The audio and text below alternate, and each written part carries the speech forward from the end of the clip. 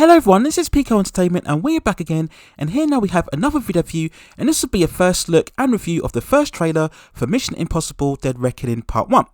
Now I'm sure you all know what this movie is, but for anybody watching who doesn't know, Mission Impossible Dead Reckoning is the 7th entry in a hugely successful movie franchise based on the original TV series created by Bruce Geller from the 1960s.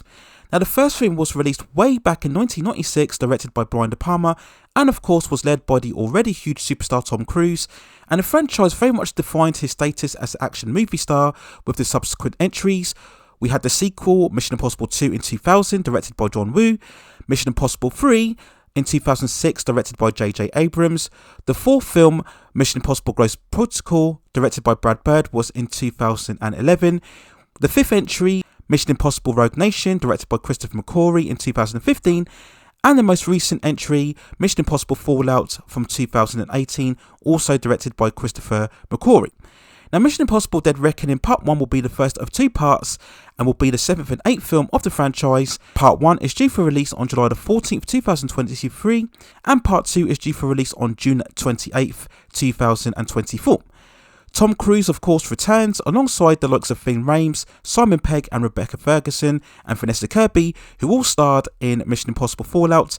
And we have new additions with the likes of Hayley Atwell, Asai Morales, Klemeintoff, and also Carrie Ells, who starred way back in the first entry of the franchise.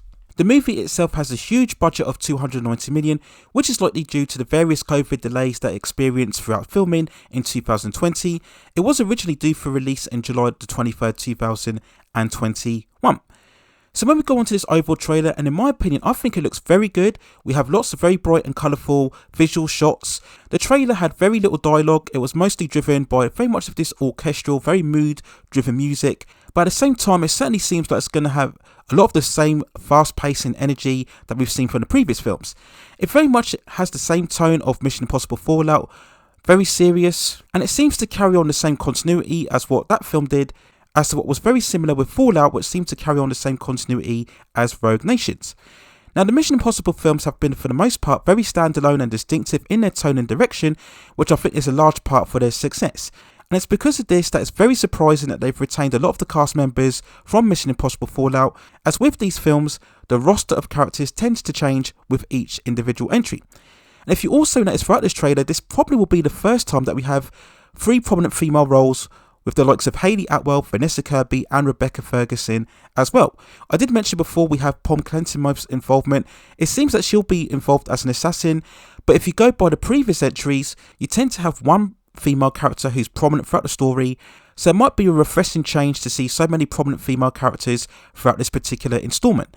Now the question I ask is, will they all survive throughout this movie? I very much doubt it, because we already have a very expanding cast throughout this film, so to have 3, possibly 4 very prominent female characters could provide a risk of the film itself becoming overstuffed and overcrowded, so I wouldn't be surprised if 1 or maybe 2 characters don't see it all throughout the end of this movie.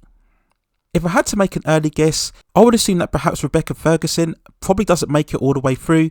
Perhaps she's very prominent throughout the first half of this film. We see those earlier shots where they're in very much of this desert background.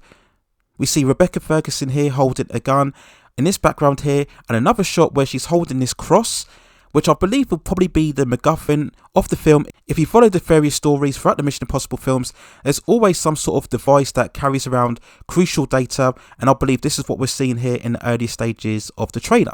So I could be completely wrong, but I wouldn't be surprised if Rebecca Ferguson is very prominent at the beginning of this trailer, and maybe she somehow meets her death, and then that's when Tom Cruise will later on work far more closely with Hayley Atwell's character. I also noticed that certain sequences in this trailer very much reflected ones that we've previously seen throughout the franchise. So we see the sequence here where we see Tom Cruise and Hayley in a yellow car driving all around the city streets, very similar to those sequences that we saw both in Fallout and Rogue Nation. We have the scenes here of Tom Cruise running around, it seems, outside a cathedral, and later on another overhead shot where we see him running, it seems like it's through a desert. So again, this is very reminiscent of that special sequence that we saw in Fallout, where he seemed to just run forever throughout the streets of London. We have this other scene here where he's fighting against Asai Morales' character on the train, giving very much of those echoes of that famous train sequence that we saw from the first film. So I also ask, how involved will Asai Morales be? He's looking very ominous as the villain throughout this film. We have the earlier sequence where we see him fighting alongside Rebecca Ferguson on the bridge here.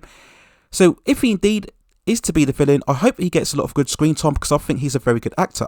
He did play the villainous character known as Deathstroke in his second season of Titans. So overall, I do think this trailer looks very promising. As I mentioned before, I love the visual palette. We have a various assortment of colours and contrast, which of course will complement the obvious globetrotting stories and narrative that we always see throughout these films.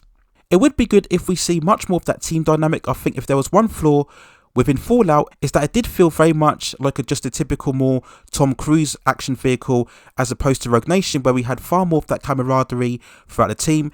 And again, that's very essential in terms of the Mission Impossible series itself. So overall, I think this is a very promising trailer, and I think in terms of the franchise itself, nearly all of the Mission Impossible films have at the very least been very action-packed and entertaining, and very enjoyable at some base level.